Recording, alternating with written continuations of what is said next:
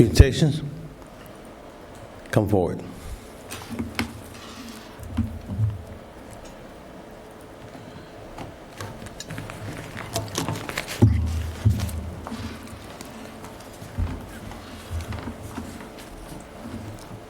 Right. Good morning, Mr. Mayor, Commissioners. Good morning. Staff. Thank you. Thank you for the opportunity to be with you this morning and for the opportunity to join you in what I think will be a transformative effort to benefit our communities. As many of you know, the Greater Dayton Area Hospital Association represents 29 hospitals and health systems across 11 counties. But when we think about one of the reasons why we're here is that as healthcare has continued to change and evolve, it has become very clear that to improve the health of our individuals and the health of our communities, we have to also work with our communities and our jurisdictions to address the social needs of our community members. And so in many instances in healthcare, we refer to these items as the social determinants of health. We also use the term social need, but this includes some of the social and community context in which people live and exist, as well as the safety of our neighborhoods, access and quality of health care in their jurisdictions, education, and then ongoing economic stability. And I think all of these elements are necessary for the safety and success of our neighborhoods and the city of Dayton. When we look at what we can actually manage and have control and influence within our hospitals, that's a fairly limited set in terms of healthcare, of access and quality. But we can partner with communities and organizations across the region to address all of the other social factors. We have on our team Lisa Henderson, who's with me today. She's our Vice President of Health Initiatives, and she leads this entire portfolio for us for the Greater Dayton Area Hospital Association, which includes our ongoing community health needs assessment and improvement plan, work that happens with our hospitals and our public health departments on a 3-year cycle to continuously engage the community, survey them based on their needs, and then build implementation plans and policies and activities to benefit the members of our communities.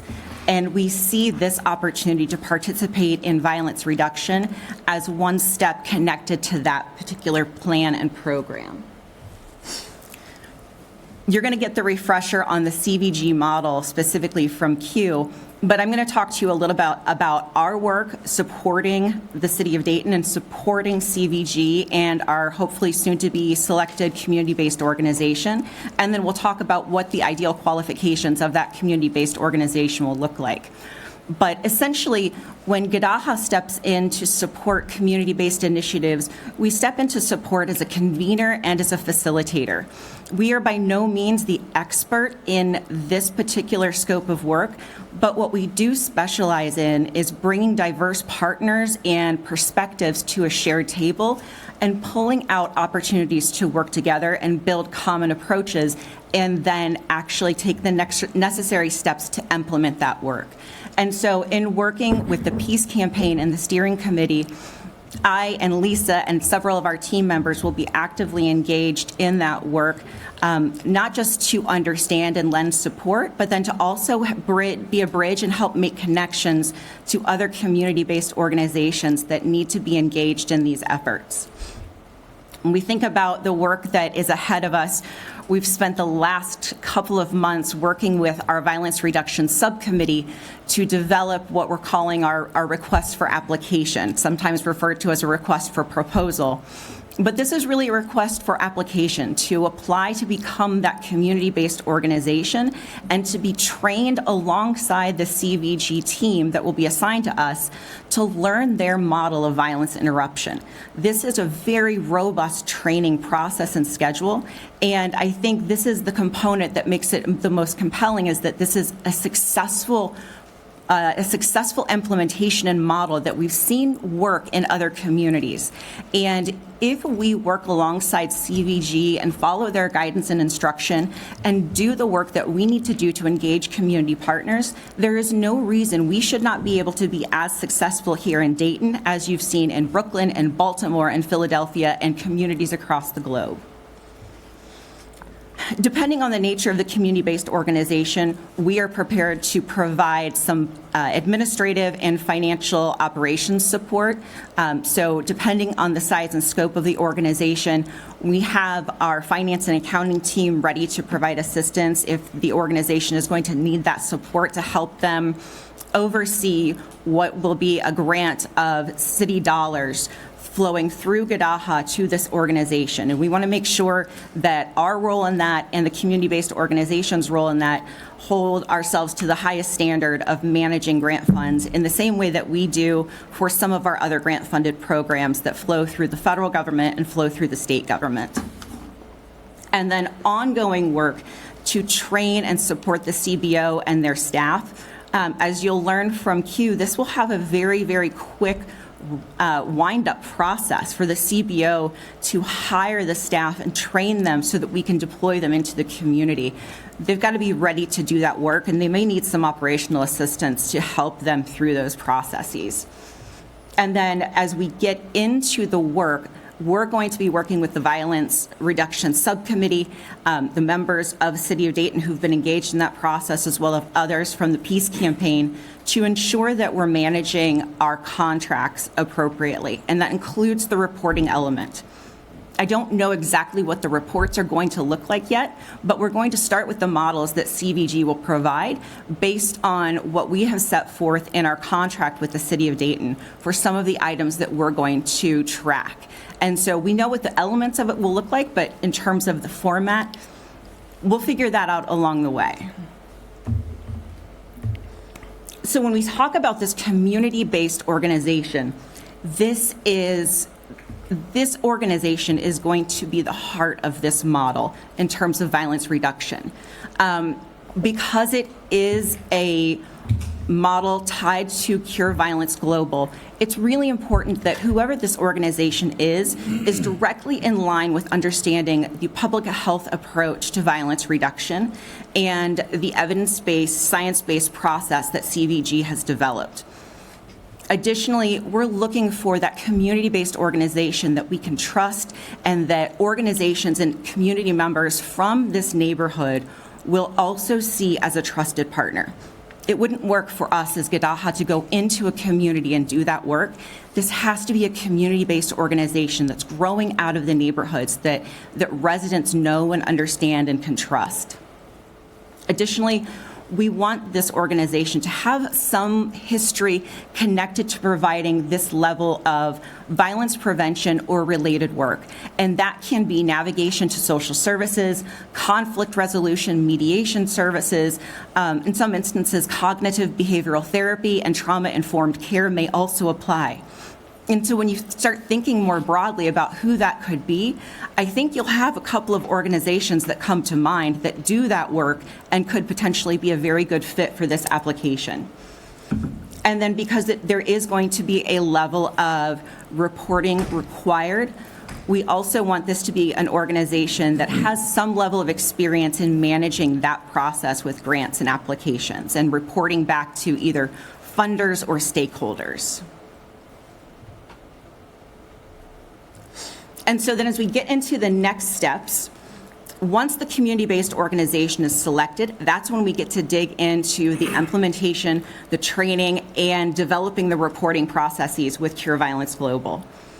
I would anticipate that the first 6 months, once this organization is selected, is going to be knee-deep in the implementation work to hire the staff to serve as the outreach workers, the program manager, the violence interrupters, and then go through the series of trainings that Cure Violence Global provides.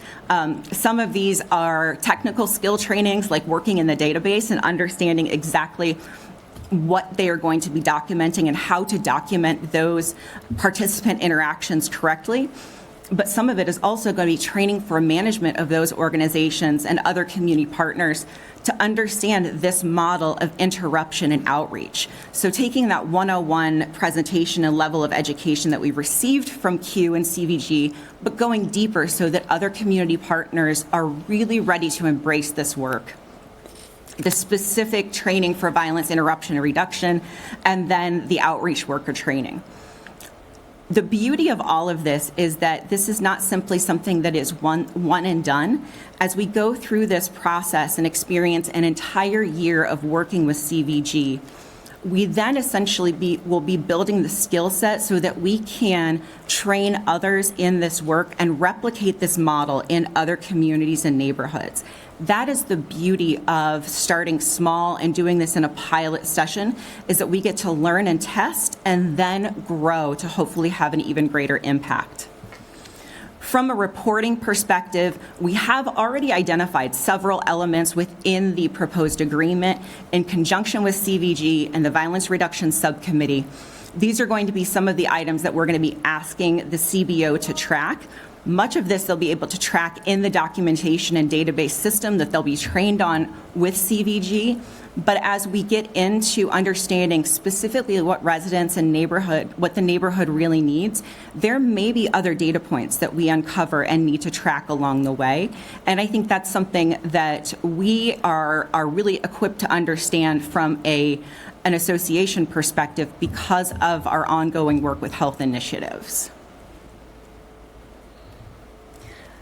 And so, if approved today, we would be ready to post the application on our website and then also cross-post that on the City of Dayton's Peace Campaign website. On Monday, we would be calling together all of our steering committee stakeholders to share with them the good news that we are moving forward to implementation and really ask those community partners to join us in disseminating that application. We want, in addition to doing media interviews and those kinds of things, some of this has to be done by word of mouth, by trusted partners in the community who know exactly who to go talk to say, you should really consider applying for this opportunity. Your organization is perfectly positioned. And then on October 2nd at 11 a.m., we're going to host a virtual Q&A session. We're going to do it virtually because that's going to allow us to hit the record button and then post the recording on our website so that it's there for anyone who has questions and might be interested in applying. And then the ideal timeline is that we would close the application on October 30th at 11:59 p.m. Lisa will be receiving all of those applications via email. And then we hope that by December 1st, we would be able to select and identify our community-based organization and really go through that contracting process then behind the scenes so that they can be ready to go to start the training. This is very, very close to what we had identified as what our original timeline could be. And I am so pleased that we have had the level of engagement and support from our subcommittee as we've gone through the planning process, outlined the timelines, looked at the RFP drafts, and then really considered what do we need to modify or what do we need to replicate as we look at the community-based organization opportunity. And so with that, I will turn it over to Q. Okay, thank you so much.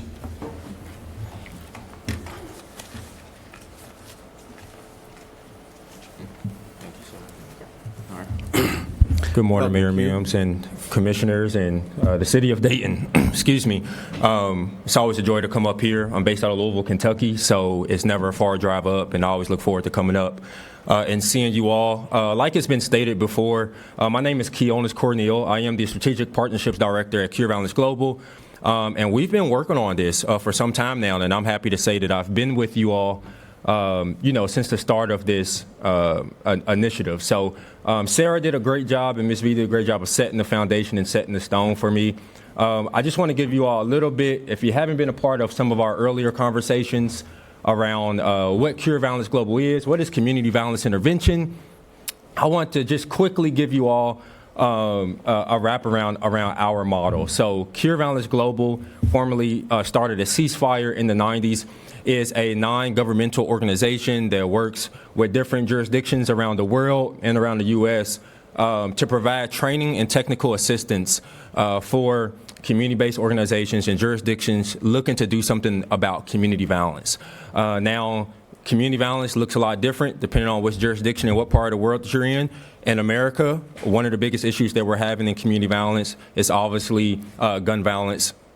other things like that, right? Interpersonal conflicts between individuals. And so our model has been found successful in various communities since the early 90s, transitioning now to what we believe is a strong foundation for jurisdictions to be able to take our model, have the administrative and operational support, and then add into it what makes Dayton special to be able to hopefully see decline in some of these conflicts in your communities, okay? So what makes Cure Violence Global special is that we are a evidence-based model, but we're community-driven, okay? And what I mean by that is our model is based off of epidemic disease control methods. So the same practices that you would take to address COVID-19 or tuberculosis or cholera, right? The same basic principles, 3 basic principles, we're going to take those and we're going to apply that to violence, right? Looking at violence as a public health issue and a public health disease, okay? So you have the public health approach, but then we leverage the lived experience of those in the community to actually build relationships with those who may be at the highest risk of being involved in violence, whether they're a perpetrator potentially or a victim, right? So when you talk about the situation that Mayor Mims brought up earlier in terms of a fight at the school and how one individual said that if they had been there, they feel that they would have possibly prevented that incident, it's because that person felt like they had the skill set to be able to intervene. What we're doing is empowering those individuals in communities with a skill set, with a formal skill set to address conflicts. All right. So specifically for Dayton, what we've proposed in our agreement with the city and Gadaha is that we're going to provide you all with technical assistance and training specifically that's been laid out already, and we're going to cover again on the next slide. But the bulk of our service will be the technical assistance and the training, right? We love our partners, but we're not specifically here in Dayton dealing with the issues, seeing it, right? So we need you all to kind of put the special sprinkle of what makes Dayton special on the model. We always say at CVG, don't take anything away, add to it what makes it special for you. But the foundation of it will be the technical assistance that we're going to provide to you. What that looks like is it's every phase. So you have the pre-implementation phase, which is where we would be in if this got approved today, and starting to really draw out the RFP process and kind of help with that, which we've had conversations with this whole time. So just so that everybody's aware, I've been representing CVG to provide technical assistance up until this point in terms of the RFP and just how we should frame this for the community. And so a lot of that will continue until stakeholder awareness training. So we'll do some CVG one-on-one presentations for key stakeholders. We'll get into the hiring and recruitment of these staff once the CBO is actually selected, following the timeline that Sarah provided. A lot of that we provide not only technical assistance by way of virtual calls, is the way of most of that occurs is through a virtual meeting, usually weekly or bi-weekly. But also we give you all physical support as well. And what that means is we provide you all with a host of documents to be able to use throughout each one of these processes, right? So when you're talking about hiring individuals that may be interested as a program manager to oversee the program or a violence interrupter to actually work with high-risk individuals, we provide things like scorecards, interview questions, job descriptions, a load of administrative tools to help guide Dayton throughout that process. Now, and again, you all can add to that as you may. If there's things that you all want to put in there to gather some additional information throughout the process, that is totally fine, okay? So in addition to technical assistance, the other bulk of it is the actual training, right? And it's like Sarah stated, it's a robust training package. And it's this way for a reason, based off of evaluations that's been done, not only by CVG, but by third-party evaluators across the country as well. There's key areas that successful sites have training in, specific training in. One of them is obviously violence interruption and reduction training, which is basically conflict resolution, conducting mediations, those kind of things, right? That is a 4 to 5 day training for all program staff and anybody that's going to be directly working with the program or providing oversight to the program, okay? Another area is the program management training, okay? There's a set of skills that we found and that research have found that need to be possessed by individuals if they're going to serve as a program manager or a supervisor compared to that of a violence interrupter or outreach worker, right? To give an example of that, a program manager is going to have a variety of duties, right? They should be able to go into the community along with violence interrupters and outreach workers, but they'll probably be in settings just like this, presenting and speaking on the results and kind of the standing of the program itself. So again, each position has their own set of skills, and we're going to provide the training so that each position is successful in their work.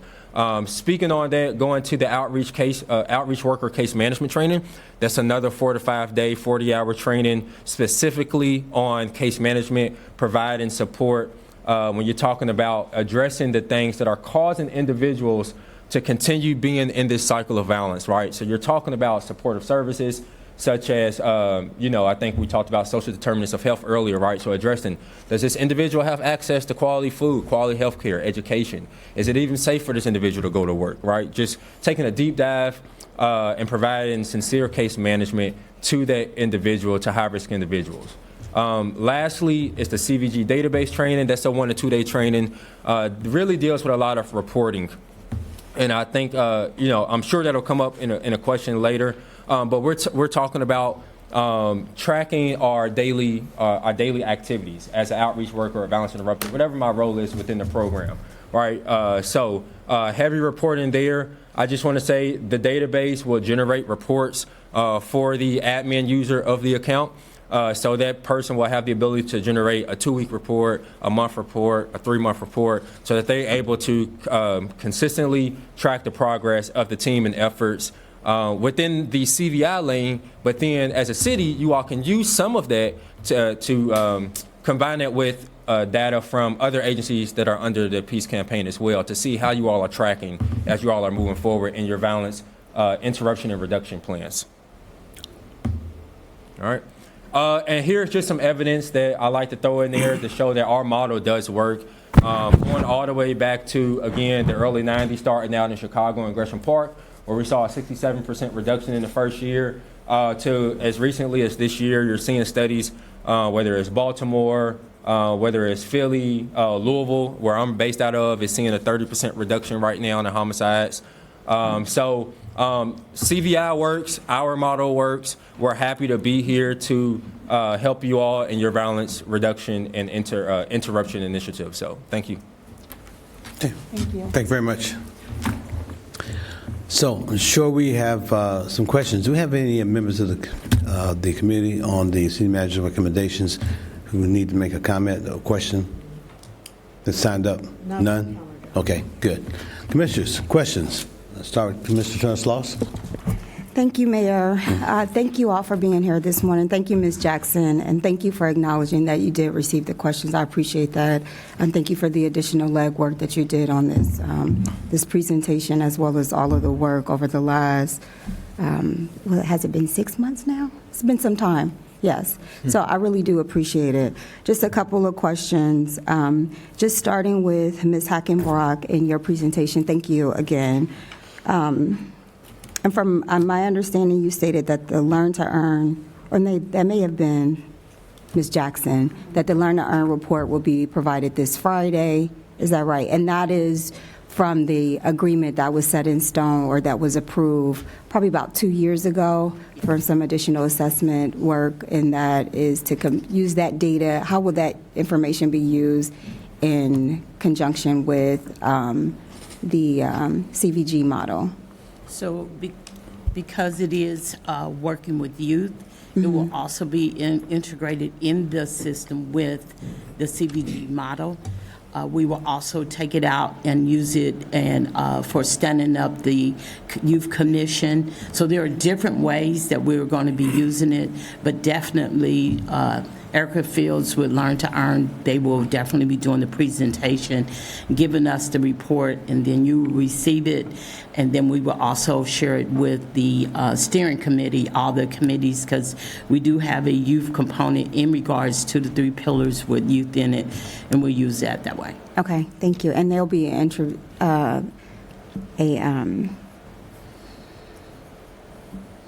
immediate partner or intricate partner a part of the process from the inception to the rollout, if you will, of the agreement in December, once it is in fact placed. They will continue, yes. Yes, continue ma'am. to They're be a partner. part of the committees and all. Okay, thank you. And then, so I know that it was mentioned of the 20 youth in Westwood.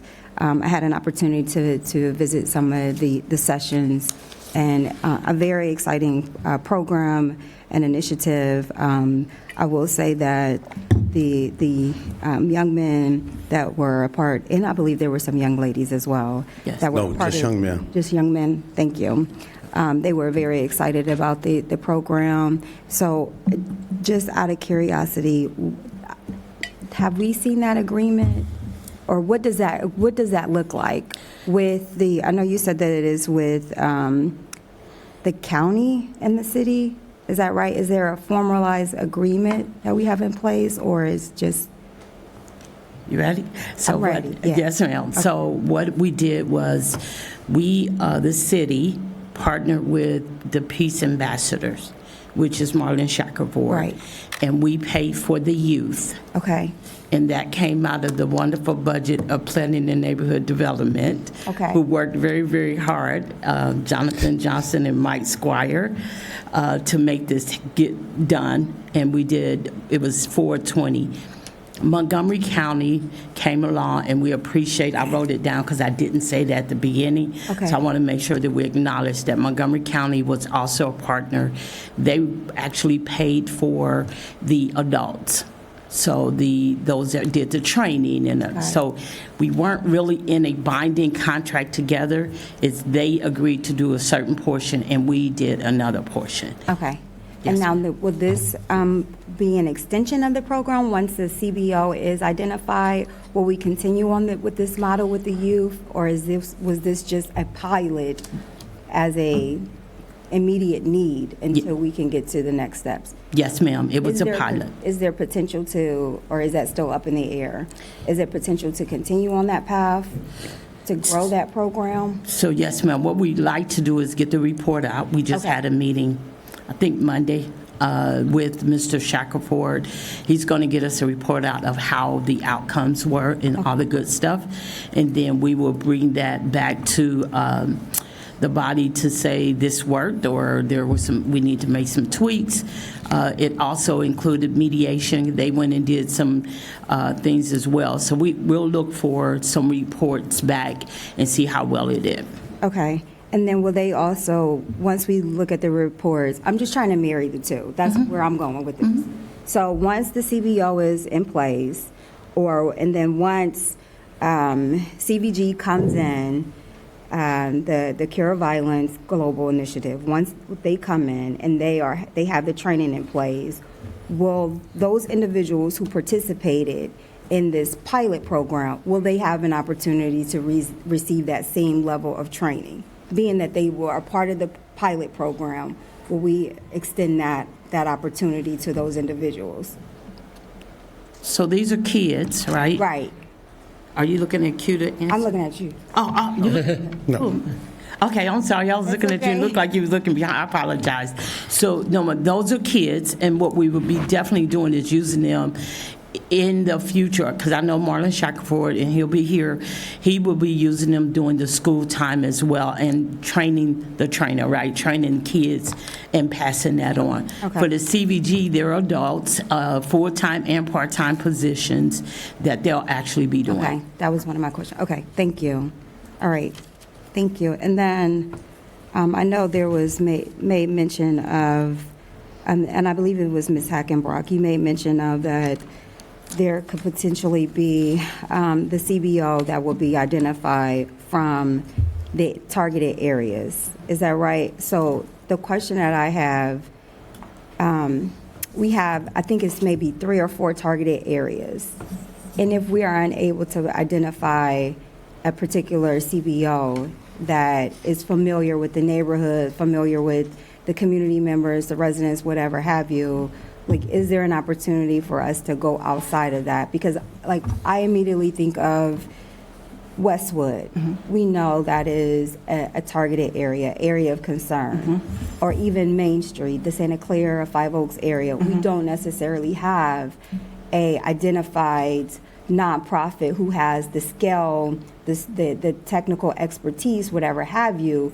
So who, in fact, will we lean to for that level of support? I'm just going with that question, being that you made the statement that we want to identify CBOs who are familiar with the neighborhoods, the people, whatever have you. Yes. And so it's not necessarily that the CBO needs to be specifically based, that their home office needs to be in the Riverdale neighborhood, but they need to be familiar with the neighborhood. It'd be ideal if they're already engaged in the neighborhood and providing services.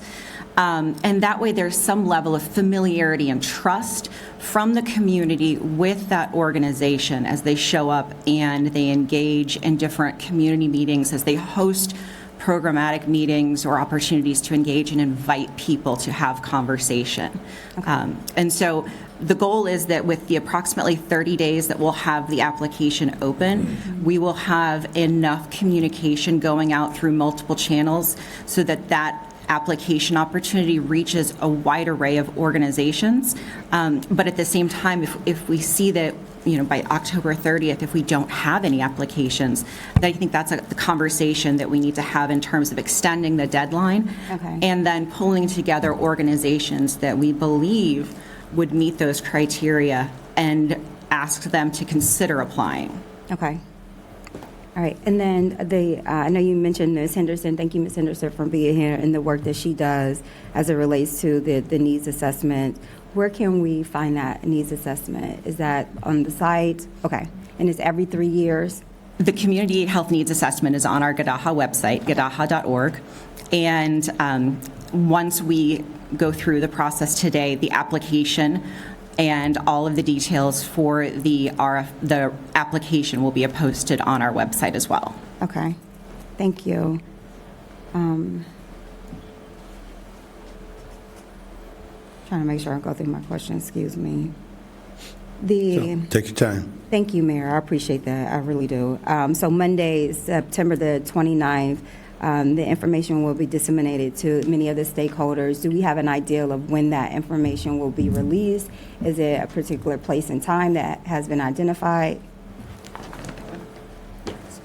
So thanks, Commissioner. It is actually will be on Teams. Okay. On Monday at 9 o'clock. I think that's the correct time. And then we will actually, we've invited all of the stakeholders to be a part of that. Okay. So I understand, right, like we want to make sure that all members of this legislative body have that information. So what are the steps to make sure that we're all invited and that we have the same information so we can be on the same page moving forward? And I know we have to be very mindful of certain things, but I would just ask that if there's a way in the means, and I may mention this before, to invite two of us at the various steering committee meetings that we have in place so that we all can have a piece, a part of this initiative. And being though this is something that we're working collectively together, and I will say this, I'm happy to see this. This has been in the makings for a long time. I know that Commissioner Fairchild had made mention of this in 21 and 22 early on. So to see that it is now starting to develop, and we cannot negate SERVE, right? The work of SERVE, the work of many of our other previous partners from Omega CDC, the peace ambassadors or the street soldiers. Like there is long history and the work has been done. So to see that we're making a long-term, if you will, commitment to this work, I think it is, and goes without saying that I'm happy to see that it is now coming into fruition, and I hope that this is something that we can continue from not just 1 year, but for the next 20 years. And I know the chief has made mention to this on a number of occasions, so just want to make that point known. So, Commissioner, can I add you Yes. and Mayor will be invited, Yes. but remembering that I can't have more than two. Yes. So if you want to step out or Mayor want to step out and allow the others to participate, that's fine. You all can discuss that and let me know who will be participating participating when, and then I'll make sure you get the invite. But I can't have more than 2. Right, Yes, ma'am. absolutely. But moving forward, we need to find some ways and means to make sure that everybody has the information, not just the memo, but that we are engaging with the various committees, whatever have you, through the process. So we can be very creative about that. I don't know how we do it, work session, whatever. I just want to make sure that we all have the information because we're all a part of this. This is something that is a priority for all of us, and we want to make sure that we are intimately involved in that process. So thank you, Ms. Jackson. And then the Q&A session that is slated for October the 2nd, would that also include technical assistance? We're going to walk through the nuts and bolts of the application and some of the questions that we anticipate, and then we're going to open it up to the individuals who are joining us so that they can pose their questions. We'll answer them in real time as best they can, and then we'll also gather those questions and that we can summarize them and put them on our website in that same section for the Peace Campaign Violence Reduction Initiative, and that there will be the summary of commonly asked questions. Okay. So that the same level of technical assistance is available to everyone, Right. whether or not they're able to participate in that virtual session. Okay, thank you. And Ms. Jackson, you did answer my question in terms of like the part-time and full-time, because that was one of my questions. I saw that there was a difference in salaries, and so I wanted to just get clarification as to why we're seeing that difference in salary. And that's because they're part-time and full-time employed. Well, that's what that is. Okay. And then what's the governing body structure? Like, we know that Gadaha is, in fact, the fiduciary agent, right? They're acting as so. We know that CVG is the TA. They're coming in providing that level of expertise. Who is, and I know it's mentioned in the agreement, city leadership. Who is designated as city leadership, and what does that structure look like in terms of governing the model itself? So for city, it would be myself and the 5 of you sitting up there. Okay. All right. Okay. And then the other part of that question is, I know you mentioned the report will come out. I want to get an understanding too, and I know we're still in the infancy stage of the performance metrics. Like, what are we doing and how are we going to measure the performance overall? So I look forward to seeing that more in detail. And how was that? And this more so the question is for Mr. Keel. How was the outlines of services? How were they identified? Because I could see some cuts in there, about 35,000 we can reduce from. So So, when you say services, are you pertaining to the services that the CBO will be offering to participants or families, or the services that CVG is providing to exactly. to The Dayton? latter, yes.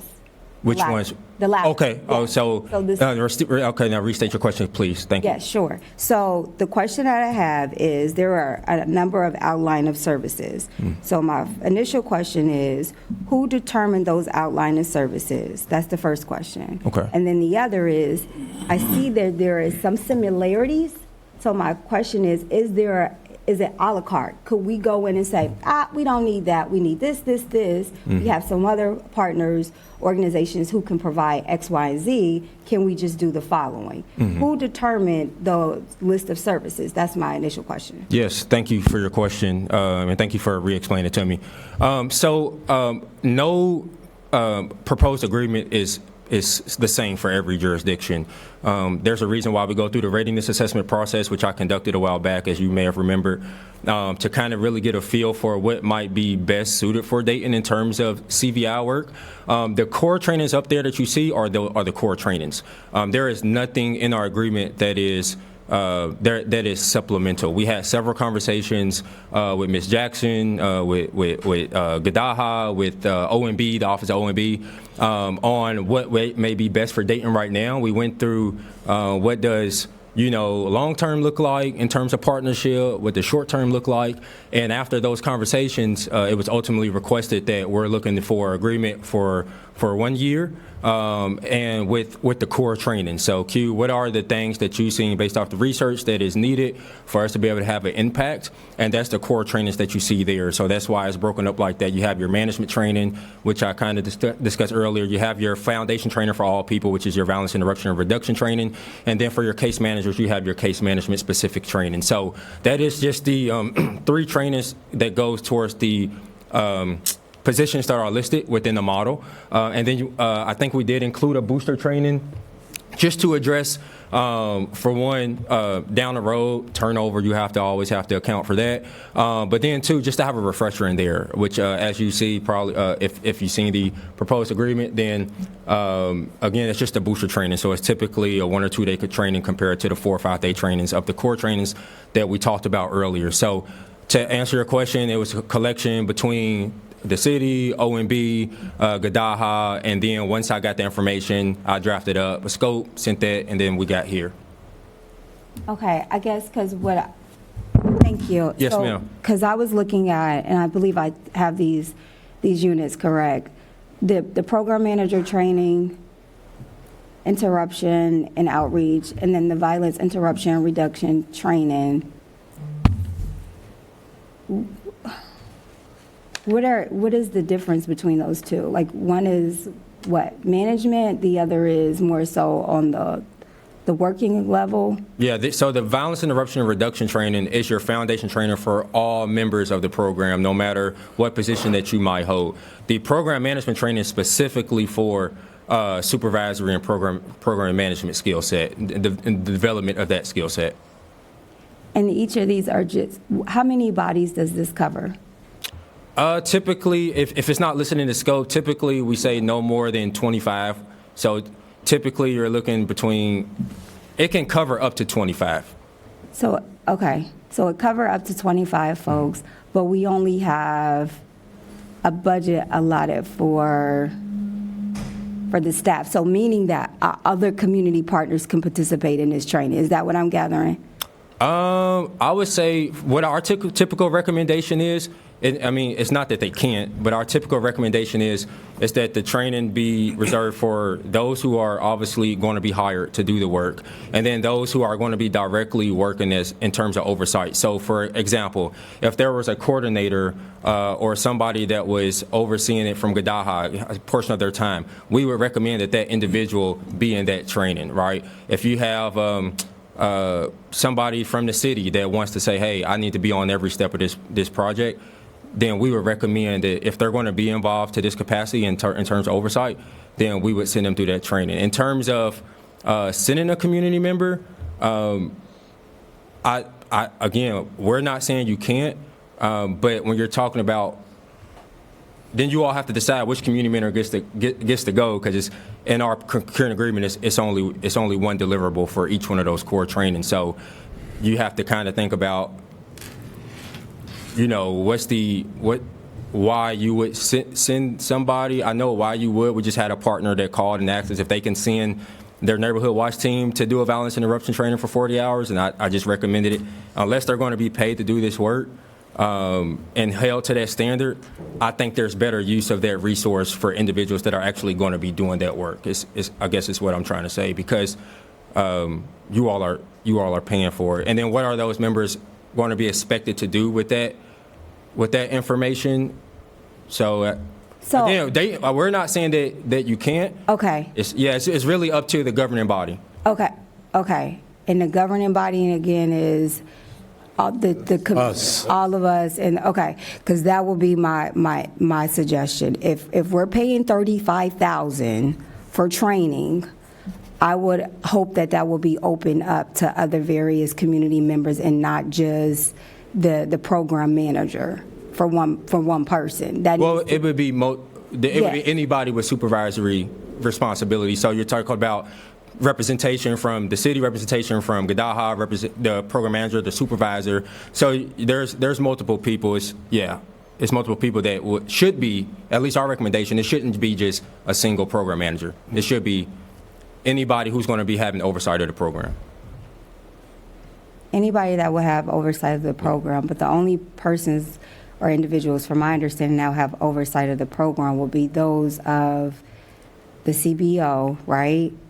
And Gadaha, who will act as the fiduciary agent. Yes, ma'am. So am I hearing that it's an opportunity for our mediation center to be involved? Am I hearing that our recreation and youth services could be involved in this training, or our planning community development, i.e. community engagement staff, can be involved in this training? I just need to see, like, what is this $35,000 going to get us? I hope that it would be extended to other members, not just with the organization, but within the community. If we're saying that this is a global cure violence initiative, and that we want to train up the community so that in turn, like, we can recruit and retain, right? So once you get out from the year of TA that you are providing us, we have some long-term sustainability so that we can keep this model in place.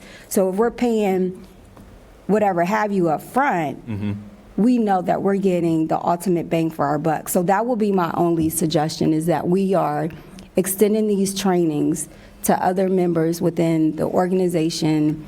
Perhaps it is our peace ambassadors, the adults that are currently being paid who are leading the charge with the 20 youth in Westwood. Maybe they're going through this training in addition. So I don't know if that's a matter of us adding an addendum or an amendment to this agreement, but I think we need to extend that, especially for the dollars that we're paying. Like, if you look at the CBO expenses, like, we're not even scratching the surface, if you will, with the work that needs to be done in terms of the actual program itself, with the $252,000 that have been identified. Yeah, and I would say too, though, our program management, like, training, as you've seen broken down, is a very robust 4 to 5 day training. Yes. To where we cover what we call, I'm getting into the training now, but what we call our 4 pillars of management, and it's been identified as one of the most successful management trainings. We get called to provide it all the time as groups as small as 1 to 2 sometimes, sometimes as groups as many as 10 to 15, right? And so, so we're willing to, work with the city and Gadaha to figure out, the best way to that. My recommendation is always, it's never an issue providing people with education, providing people with training. That's never the issue at all. DPD, what we try to help is, excuse me, I'm sorry. I apologize. No, you're fine. We just try to help our partners. We understand that we're working with limited resources, so we just recommend our partners, hey, if this person's going to be held accountable for this, if they're going to be directly involved, then it makes total sense versus sending somebody who may appreciate a day or two, but this is a 4 to 5 day training, so you just have to make sure that person is, ready to spend that 4 to 5 days and be immersed in that and be willing to play a key role throughout all of this. But that's a great question. Okay, I appreciate that. Thank you for being receptive. Yes, ma'am. Because I don't want to speak out of turn, but I can see that this could be potentially an opportunity for DPD, Ms. Lofton.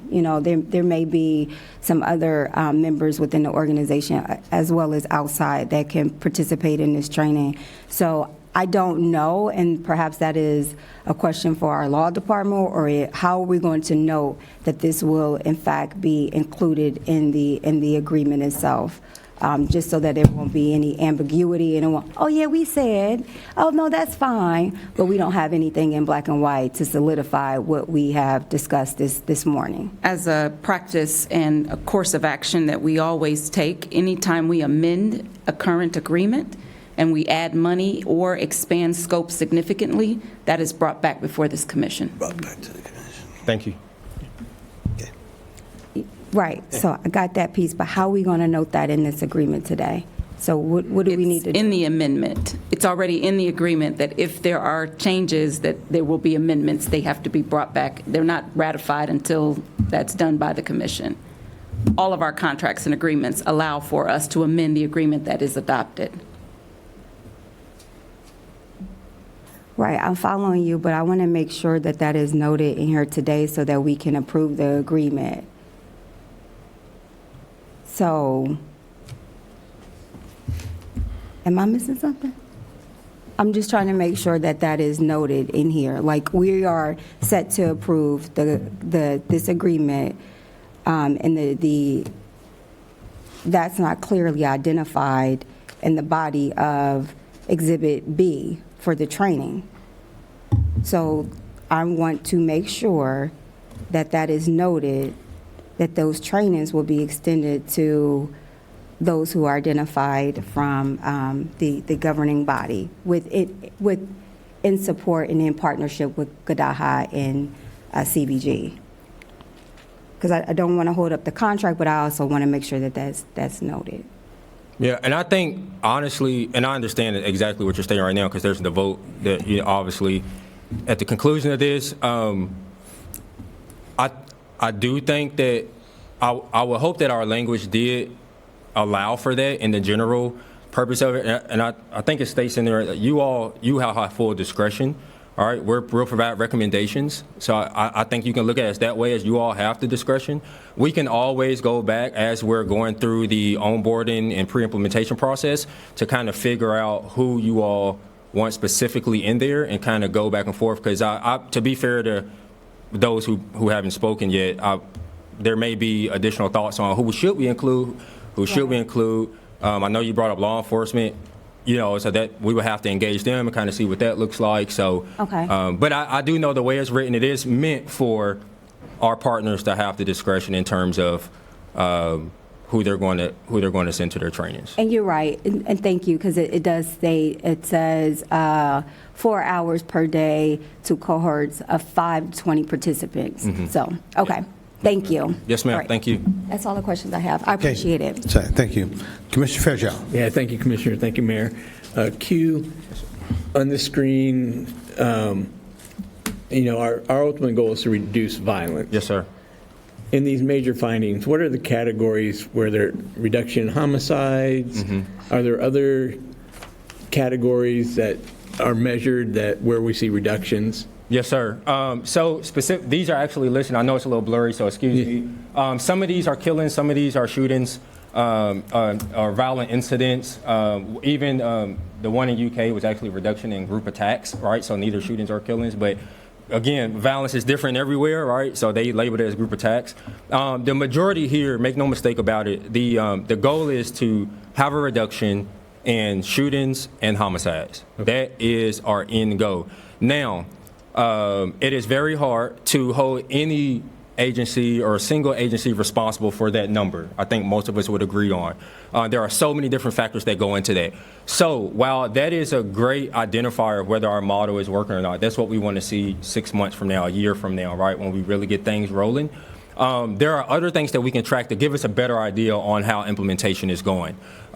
Give me 1 second. I don't want to misspeak. I got my notes on me. So we talked about reporting in the CVG database. So of the key performance indicators and some of the things that we track, just so you all know, these are the things that are generically in our database. Again, we can customize this. We work with partners to add measurements. But the core things that are in there are public education materials that's been distributed, right? The number of active staff. So just making sure that the CBO is able to keep people in the door in terms of employment. Key individuals met, right? And so that means key individuals, high-risk individuals, right? We track non-key individuals met. We track the number of mediations conducted in the time frame, the unique days worked inside the catchment area, but also outside the catchment area, right? Catchment area is another word for target area. Why would we collect information of what's going on outside of the target area? It's because that we know that violence is transient. A lot of times in terms of community violence and interpersonal violence, you're looking at whether it's neighborhoods or organizations that will travel to a location, commit an offense, and then go back to where they reside, right? And so we're aware of that. So we say anything that affects the target area is the target area. So for example, if I have a participant who's involved in a group in my target area, but I know they're going outside the target area to do something, I will go outside the target area because my participant there, my work has taken me there, all right? And so that gives the justification where you all might see in reports, why do we spend 4 hours outside the target area if we're spending all this money inside the target area? Well, that's the justification why, right? So other things really quick are participant activities, community activities, and then the case notes for outreach workers. We're tracking the case notes. The CVG database, just so everybody knows, does not collect identifiable information. Participants are identified by a unique identifier, so all their information is safe and secure. Will those big categories be included in the report, the number of shootings and the number of homicides, both within the target area and outside the target area? Yeah, so in the CVG database report, we can input shooting responses, but we can't input, obviously, Dayton shooting information, right? And so now if the city or Gadaha is doing a large report, they can take all of our data out, combine that with the city's data to paint a picture of here's where we're at right now with our investment or our violence in general. But it does collect shooting responses. So every shooting that the team responds to, they are to put that into the system, and then you all can kind of track, hey, you know, we had X amount of shootings in the target area. That number should match up with the responses from the team. Yeah. Well, I would like it in the broader report, the number of shootings and the number of homicides, because, I mean, that's the goal, is to reduce that, right? Yes, sir. And we can recognize there's multiple factors. Yes, sir. And, you know, this factor might be reducing it, but other factors are increasing it. Yes, sir. And if we're going to be responsible, we need to be able to monitor that and think about other tactics if this is only doing a portion, but there's other things that are causing it to rise or not reduce as quick as we'd like. So in the reporting, I'd like to see number of shootings and number of homicides. Yes, sir. And like I say, I think the city, between the city and Gadaha, once, you know, we can submit our data and then we can kind of pull something together for you to include that. It's definitely, obviously, the relevant number. Right. So you're spot on. And then in other communities, what's kind of the timeline when you start to see reductions occurring? Because, you know, your work's going to take a while before it actually gets some traction. So is it a 6-month tail, a 9-month, a 3-month? What kind of tail is that? Yeah, that's a great question, Commissioner Fairchild. So it's kind of hard for me to say, and I've been in public safety for 10 years, but it's kind of hard to say exactly when we will see reductions, right? What I can tell you is that this happens in phases. I think Sarah did a great job of breaking down kind of the pre-implementation phase and the RFP process. We typically don't recommend starting evaluating before 18 months, right? We say give yourself 18 to 24 months before you start evaluating. The reason why is it's going to take minimum 6 months to get to where the team is trained up, ready to go, and they're entering data in the system, right? Yeah. And some people might say that's really long, but considering the timeline, right? If we started today, considering the timeline, you have to have your fair RFP process, which we've all seen the dates there, right? So if we're looking at awarding or starting December 1st in terms of the CBO, right? That's obviously a bulk of that is pre-implementation stuff. Then we have to go through the recruitment and selection phase with the CBO in terms of identifying credible messengers to work within a program, right? Many of us have hired people before, been a part of, or been hired before. We know how that process can go. So to ensure that we can get the best candidates for each specific role, right, it's going to take time, right? And so you're going to have several weeks of interviews, TA calls in terms of reviewing scorecard ranks similar to the RFP process. And so then we get through, you all just seen 3 weeks of core training, right? So you have a month of training, sure, right? And so you put all that together, it's probably going to be around 6 months before that team is trained out, ready to go. And then from there, we can start saying, okay, they're entering data every day. We can start meeting on a, monthly basis to kind of see, okay, how is this tracking, per month? And then give them some time, the learning curve, right? Give them some time to get out there. Many people have been doing this work for a long time. There will be people that are new to this work, maybe, that are being brought on, right? And so we're trying to make sure that they're supported and give them that time for that learning curve in terms of all the support that they're going to need to be successful. That's with any position. So, but again, I know I didn't give you a hard time, but our recommendation for evaluation does not come before 18 months. Yeah, no, thank you. That's very helpful. Thank you. Recognize the dynamic nature of the work. Yeah. So this is a ballpark was what I was looking for, and and you gave it to me. Thank you. And I'm sorry, I didn't even add the most important part. We're trying to address behavior change, right? Right. That takes a while, so excuse me for leaving that out. That's the main goal, right? Building relationships, behavior change. You change the behavior of one individual, hopefully an influential individual in the group, in the community, and then we can start working on the community. But it starts with that one-on-one, that outreach worker time with that high-risk individual. Yeah. I was curious, when I was looking at the deliverables, most of it looked like referrals, for housing insecurity or food and work, education, all those pieces. It seems like that worker needs to do a little bit more in terms of that behavioral change, and that persuasion. And so is there another skill in there that they're trained in terms of how to mediate with that person, how to encourage? I don't know if it shows up as a deliverable or not, but... Yes, sir. Great question. You're spot on. So the outreach case management training, we'll start with that, right? We'll start with talking about recruiting the highest risk. If you've ever been in this kind of work, then you understand everybody who needs help doesn't always raise their hand to say they need help, right? So there's the recruitment aspect of it. And then the case management piece, right? The actual technical skills on what case management should look like. Right. But we do capture that in terms of recruitment, in terms of mediating conflicts, and in terms of dealing with regression, right? Because that is also a common thing when you're dealing with high risk, and how to navigate that in terms of relapse. There are so many nuances in there that they're giving support on in terms of dealing with the highest risk, and then also supporting the family too. The referral thing we put it in there because the CBO may not be the person that houses all the social services. Yeah, of course. Right. So we don't want to limit our scope, right? And I think most people understand that. But it is going to be our recommendation for referrals are a little bit different. Typically, right, you make a referral for someone, they go out, all right. In our process, we're with that individual the whole way through, right? So it's not sending them here or sending them there. It is like, no, I'm actually showing up with you here. Or, hey, we have an appointment today, or whatever the case may be, right? And so a lot of that time is actually time spent with the participant. Our recommendation is that they're seeing a participant at least 4 to 6 times a month. When I was in Louisville, Kentucky, the way I had it written up in our program was that they were spending at least 2 hours with each of their participants. And that was in person, face-to-face. It wasn't FaceTime or Zoom calls. You have to physically spend 2 hours a week. Now, they can be broken up into an hour on Tuesday, an hour on Friday, whatever that looks like. But what it did was ensure that the outreach worker was putting eyes and spending time with the individual versus making phone calls or just typing in on a computer. We found it a lot better in terms of results when we were actually having our teams meet face-to-face with participants.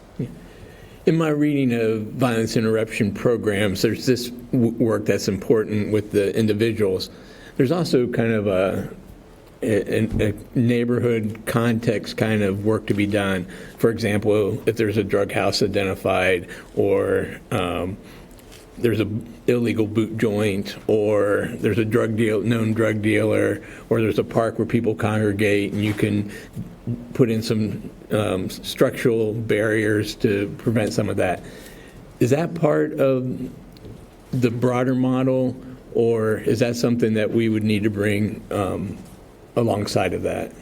Yeah, I think it's definitely something that the CVI, the lane of CVI, community violence intervention, can assist with. I do think it's necessary, me personally, I do think it's necessary to have other people at the table for that, right? So what I mean by that is other city agencies that would assist with that in terms of that. So maybe the larger committee discussing, okay, this is what we're hearing, this is what we're seeing from the CVI team. How do we support them in addressing those things? But yeah, you're exactly right. So, low lighted areas or boarded up homes and those kind of things do impact violence in the community and usually are fostering opportunities for violence, right? And so what we have found out is that successful CVI implementation, specifically with our model, is that trust in governments and trust in even law enforcement goes up, right, with the successful implementation of our model. Sure. And I'll be honest, I utilize Dayton as an example all the time. I mean, DPD has just been a great partner from day one, and you all, in terms of that kind of support, law enforcement support, is really a model. So I just want to give you all credit. It's really a model for the rest of the country, because I work with several, abroad jurisdictions, but over 20 here, and I've yet to see the support from Leo here, the way it's been exercised and voiced. So, but it definitely, it does help to bring in other agencies who are directly impacted or can directly assist with those things. But it does start with CVI in terms of getting that messaging out, getting the community to care about that kind of stuff. Yeah, we can definitely play a role in it. Great. Who has, I think outreach gets used in two different ways, if I'm reading it right in the proposal. One is the outreach that goes directly to the individuals, and then there's an outreach piece to other stakeholders, partners, key institutions in the neighborhood. Who's responsible for that work? Is it the CBO or is that Gadaha? Yeah, that would be the CBO. The CBO, and it would follow on the program manager, right? The program manager's responsibility is to create those relationships and maintain those relationships in terms of identifying resources within the community, knowing who's who, right? That's their job, is knowing who's who, knowing the problem areas so that they can start to formulate a game plan similar to other agencies, right? To strategize their priority areas within the target area, relationship building. But yes, that should fall on the CBO with support from the steering committee. What's our, did you call it capture area? Catchment or Our target encatchment, area. yeah. Where's our encatchment area? Have we identified that? So we provided our recommendations in our assessment.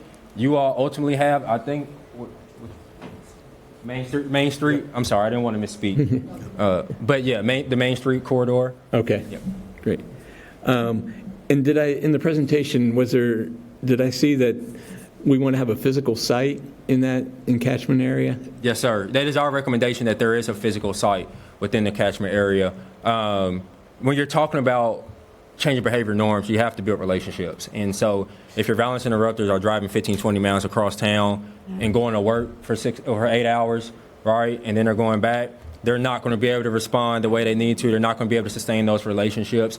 So I think was stated earlier, it is our hope that the CBO is within that area. But even if they're not, we've done things like they've rented out space within the area, right? So maybe they serve the area, but their home base is not in the area. If they were selected, they could, rent a space within the area or office space for the team and furnish that for them to work out of. The most important thing, though, I know we talked about it earlier, the CBO may not be directly there, or at least their home base, even though their services should go to the target area, is that the people hired to do the work come from that area, right? And so that's the main important thing, that the people, whether program manager, violence interrupter, supervisor, or outreach worker, that they have direct ties to that community. The portion of the CBO budget, does that include amounts so that they can rent out that space? Off the top of my head, I'm not sure about the proposed budget. It's typically something that we send in as a sample budget, just to have it covered. But not in this budget yet. So that'd be an additional expense for the CBO? If they needed to rent out space, yeah. Okay. What's the relationship between the commission and the steering committee? Because we talked about governance, and I was at some point, it wasn't clear to me how that relationship works. So Commissioner Mayor Mims and Commissioner Turner-Sloss has been a part of the steering committee. Commissioner Shaw was a part of it, and then Commissioner Turner-Sloss. Okay. So, no, I don't want to go any further. Go ahead. No, that's fine. That's helpful. Thank you. The big question then is, particularly given that we're not going to start evaluating this for 18 months. This is a one-year contract. What does the funding look like in year 2? I assume some of the money that we have in place now is startup costs.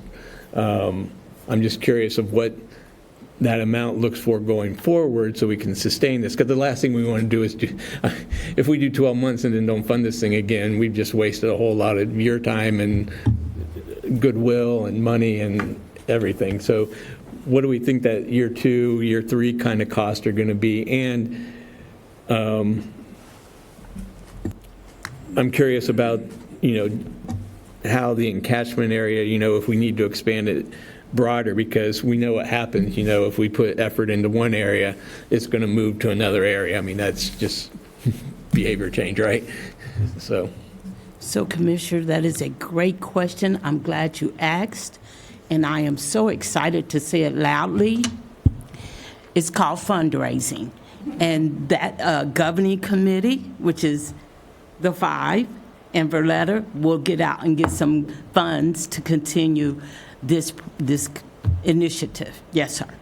And will be roughly the same amount, $500,000 a year? Yes, sir. And you're saying we're going to look at doing that through philanthropic dollars as opposed to funding it out of the general fund?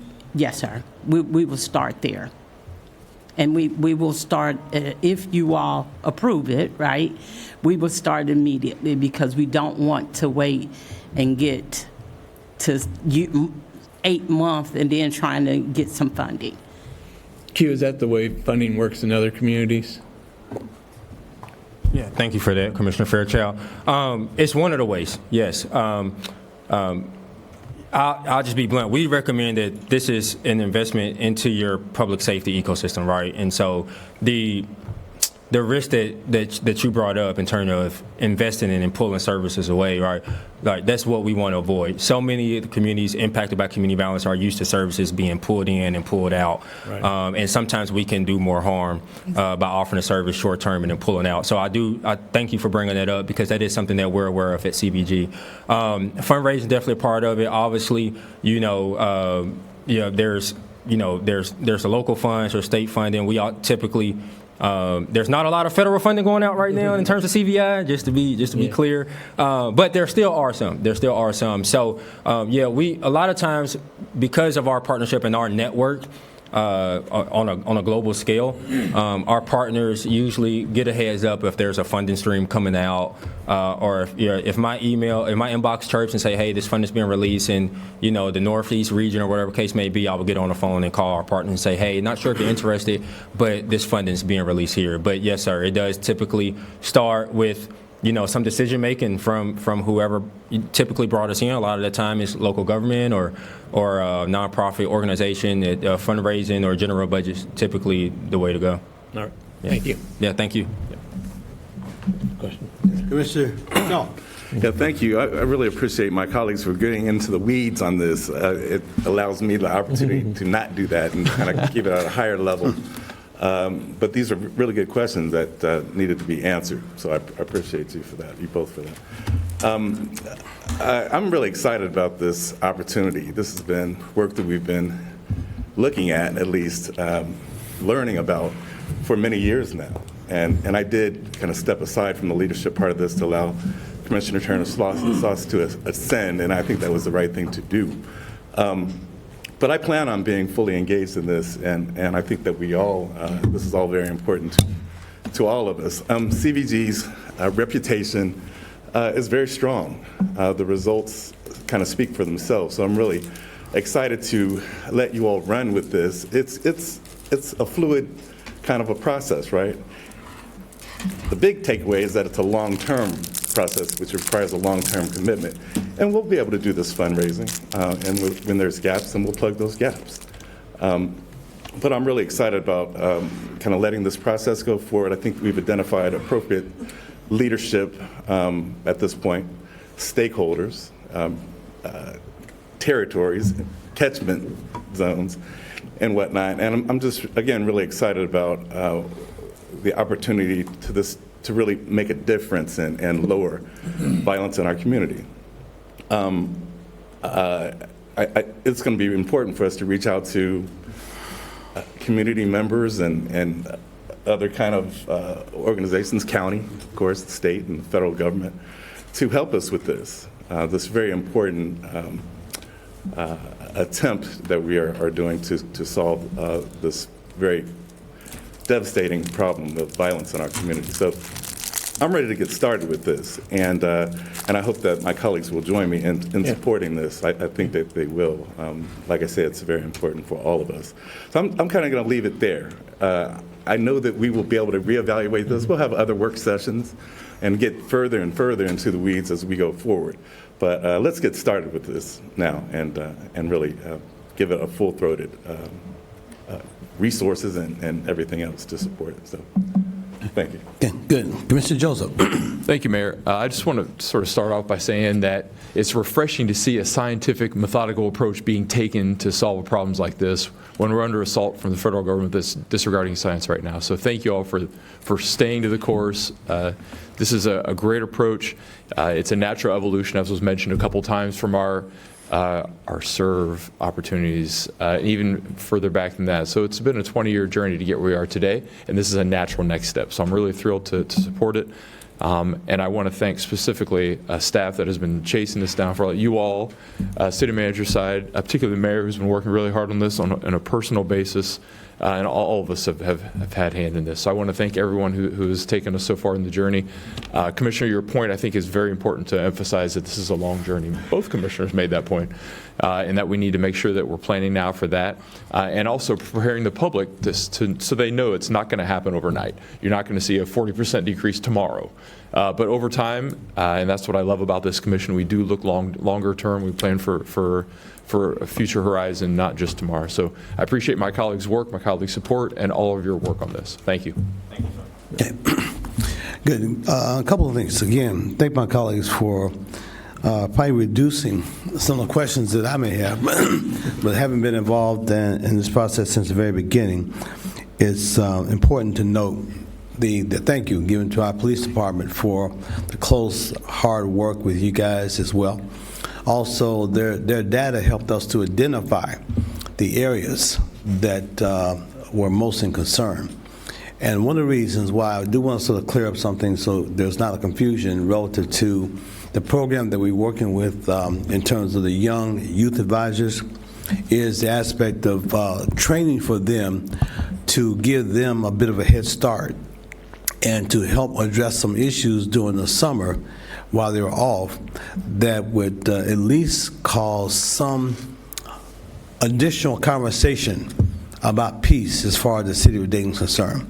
And in looking at some of the data that we have from our police department on a recent basis, while there was a report some weeks ago about some FBI data from 23 to 24, there was not an inclusion of the reduction of some of the crime elements that we have and the data that we had to support the fact that from 24 to 25, there have been some significant reductions in terms of crime elements that we have as far as the city of Dayton is concerned. So that, I just want to get that out the way first. But the other aspect of the piece with the youth is somewhat separate. It will fall more so in that second catchment area that we talked about in terms of how we deal with youth development. And so that's a key component as far as that. So my thoughts with that, as we work with the county to put those things in place, was identify 20 young people who live in the Westwood area, which is another one of those difficult, challenging areas that the police had identified for us, is to have them be a part of training process to understand first their self-value, 2, how to identify, resolve conflict, and then 3, to be some of the role models in those spaces.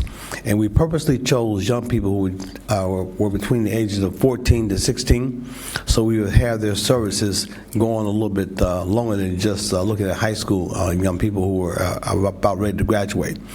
Additionally, part of their commitment also is to train some of the younger people to be engaged in that process for those young people in 3rd grade, 4th grade, 5th grade, 6th grade, because they are role models to allow those young people in the age group as well. And they seem to have more effect, at least immediately, than just some of the adults who are going in asking them not to do some of the things that they're doing that's contributing to some of the problems. So I just want to sort of clear that piece up. And we did get support from the county in terms of making some of those kinds of things happen.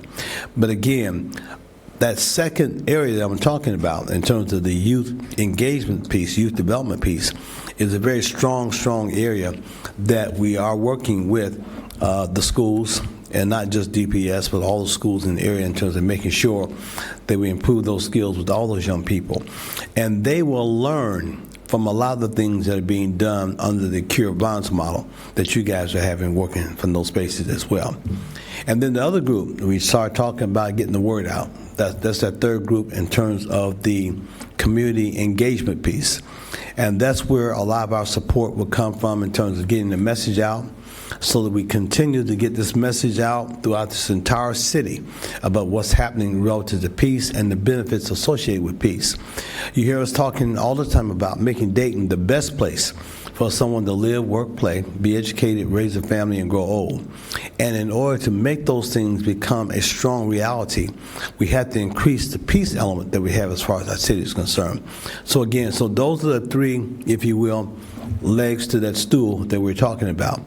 And one of the things that I had to explain very clearly to the county in terms of the money that they were giving us to support the staff that was working with the young people is the fact that we were not having our young people engaging in the very dangerous work of working in the community with those hardcore individuals who are perpetrating a lot of the shootings and sometimes the killings associated with that. But again, so it's a multifaceted process that we're using to work with this. And so we're adding to the model. The whole peace campaign is adding to the model in terms of cure violence that you guys are having. So, Q, one question I also want you to clarify. I know you showed some data there, and for those who are watching at home, and also for some of us who are sitting up here, that print is a little small. But if you just want to talk about some of the cities like Philadelphia, New York, Chicago, and places that are doing this work and have done this work for a number of years, and their benefit to their community by virtue of doing this work. Yeah, thank you, Mayor Mims, and all the other commissioners for your words of support and your questions. In terms of some of the other cities, so again, I stated to you all that I work with several jurisdictions around our country right now, and it's so important that we say that, again, our model is the foundation. We're going to give you all the tools in terms of the team, all the tools they need to be able to do their work and provide all the administrative support in a TA capacity. But we also say make it best for you. Add with it to it that makes it best for you all.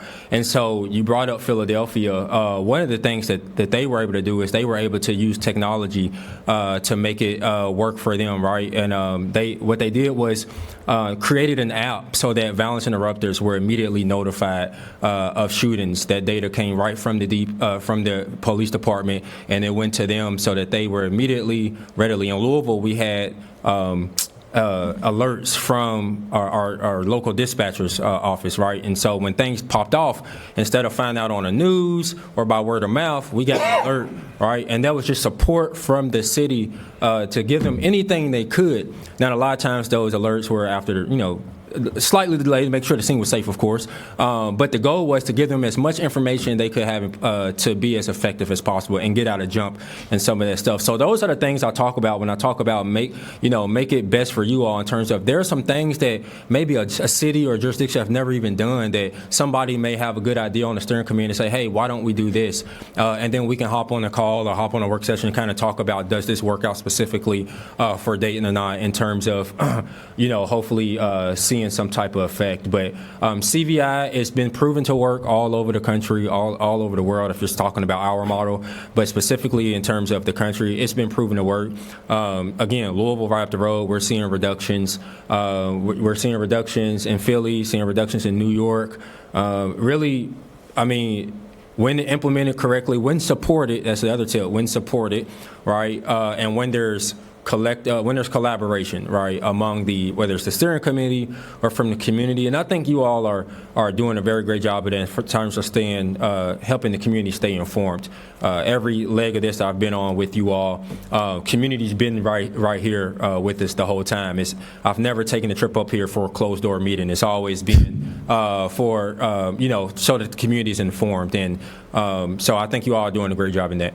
Okay, yeah. And I think the other thing, too, that I did want to mention, there are some variety of programs that associate or are connected to the whole cure violence piece that you're working with.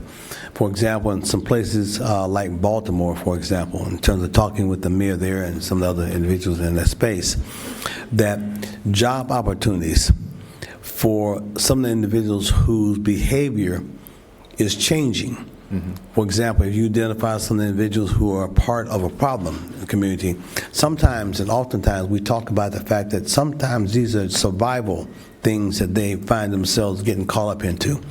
And if there are job opportunities, housing opportunities, health opportunities, those are the type of things that could lead to causing that person to put themselves in a better space of being a positive contributor as far as our society is concerned, as opposed to them carrying on some of the ways that they have been engaged in, which are contributing to the problems. Can you talk on that piece for a moment in terms of what you've seen in those spaces as well?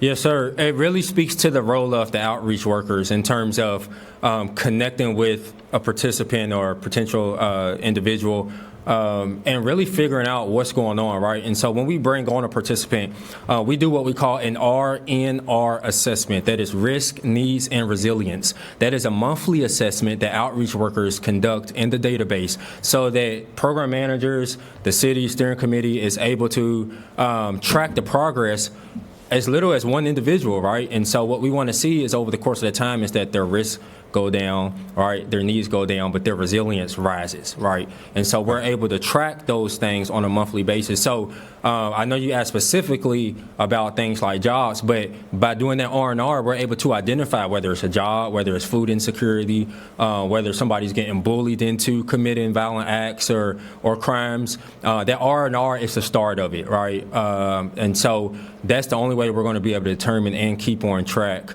how a participant is doing. Once we get that R&R, we're starting to figure out whatever barriers are in that individual's life, whatever's keeping them twisted in this cycle of violence and conflict, then we can look at, does this person need a job? Does this person need this? Does this person need that? The reason we don't start off with they must need a job if they're out here conducting violence is because it may not be safe for them to go to work, right? If you're out there and you're in too deep, you're not going to show up at Wendy's to go work your shift and everybody knows where you're at, right? So we have to do the R&R assessment and figure out where this person is, where they are in terms of their own conflicts out there, right? Is it something that we can mediate our way out of, whether it's a one-on-one mediation or a group intervention, a mediation? Is it something to where we actually probably need to relocate this individual because there's just nothing that we can do in order to deal with this right now, all right, until things cool down.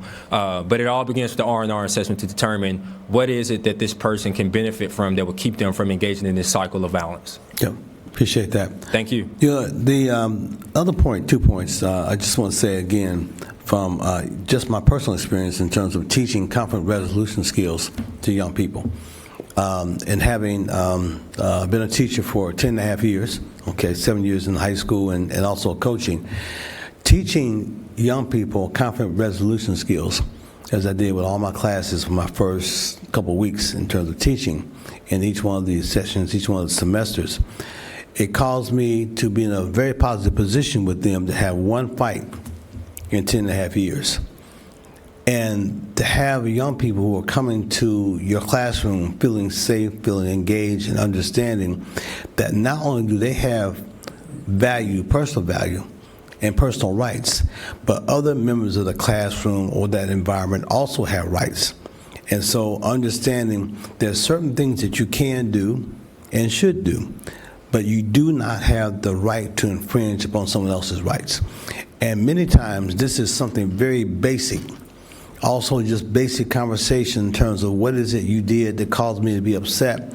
Did you do it on purpose or did you do it by accident? All those things and more go into some of those processes in terms of how we remove and minimize violence as far as our community is concerned.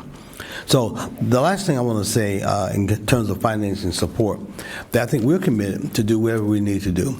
We do know that we do have some investors already that have committed $25,000 for 5 years already. Anonymous donors who are sending their money to the Dayton Foundation, which will house the resources that we're going to be using to support this program. So I just wanted to make that announcement as far as more and more of us understand just how committed not just we are here, but how committed other members of this committee are as well. So again, thank you.